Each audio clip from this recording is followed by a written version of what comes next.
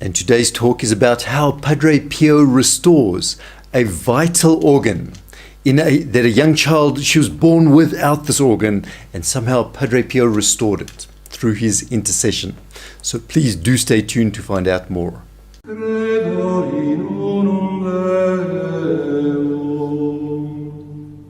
Hello friends of Following Padre Pio. On this channel we take a glimpse into the incredible life of our great saint, Padre Pio, who was a Capuchin friar and he was a mystic. He was an incredible miracle worker, tremendous miracle worker. Do stay tuned to find out more about Padre Pio, about his miracles, and also what his intercession could do for you. A quick reminder that we do have a Lenten selection of videos. So we have certain videos every week selected, and you can go to the video description below, click through, and it will take you to this selection of videos. It's intended to help people make a better Lent. Also, do participate in this Padre Pio apostolate by liking the video, share the video with your friends and colleagues, and do enroll your Mass pre-intentions. You can watch a video on the end screen how to do that. We have a Mass specially dedicated to Padre Pio every Friday, and you can enroll your intentions for that Mass. Our story took place in April of 1966, and Vera and her husband Harry Calandra, they were both delighted when their fifth child was born. The baby was named Vera Maria, and she was born with a congenital or a permanent, we could say, problem. And that is that part of a vital part of the urinary tract was just totally missing. She was born without that. And so with all of these complications, it was pretty certain that this was going to be a death sentence for Vera Maria in the not too distant future. So the doctors realized all of this. It was diagnosed before Vera Maria was even 1 year old. And so the Calandras they proceeded to follow every medical option and path that they could. But nothing worked. And eventually they had exhausted all of the possibilities, and now they had to turn to their faith, and they had to rely on their faith. And so Vera started reading up, and she came across a book by Padre Pio, about Padre Pio. And so she became very interested in this, and she started to pray to Padre Pio, and she noticed certain signs that her prayers were being heard. And Padre Pio began to show his presence, we could say, in different ways. She noticed the scent of roses once when she was praying.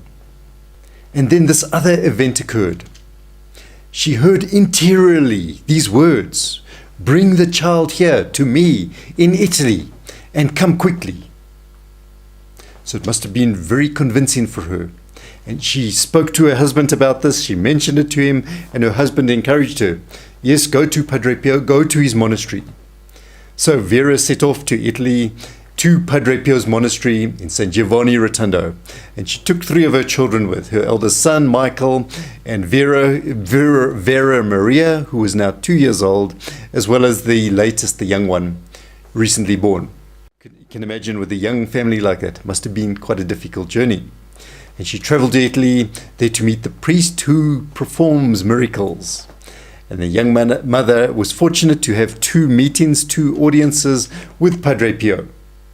And they discussed what things. She obviously told him what the problems were. And what Padre Pio did during these meetings is that he blessed both the mother and the child.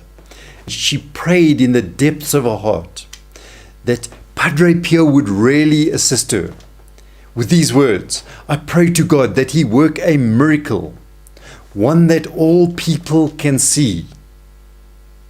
And she also made this silent promise within her heart, a promise to God, that if her daughter survives and is healed, then she was going to let the whole world know of the greatness and the generosity of Padre Pio, the future saint.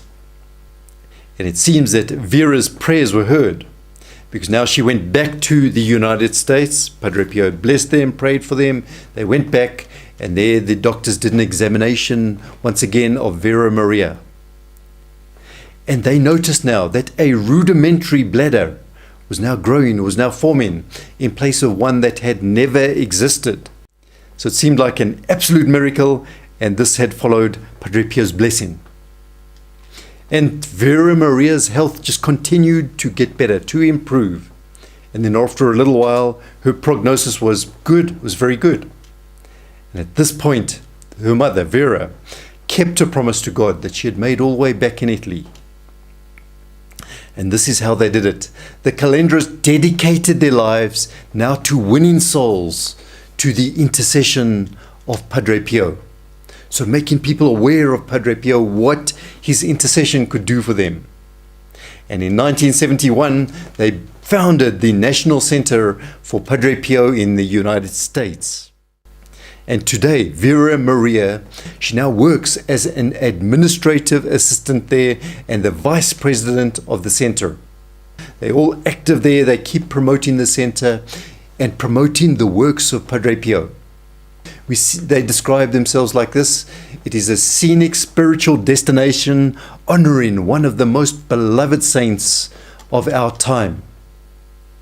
And at the National Center for Padre Pio, we continue his salvific mission by leading more souls to God in his name with the assistance of Padre Pio. And so that is the founding story of the National Center of Padre Pio. Next time on this channel, we're going to be looking at another story called You Will See a Miracle of Our Lady. These were words of Padre Pio. A priest had been accused of some sort of immorality, had been stripped of his priestly faculties, and now his arduous path back into the church.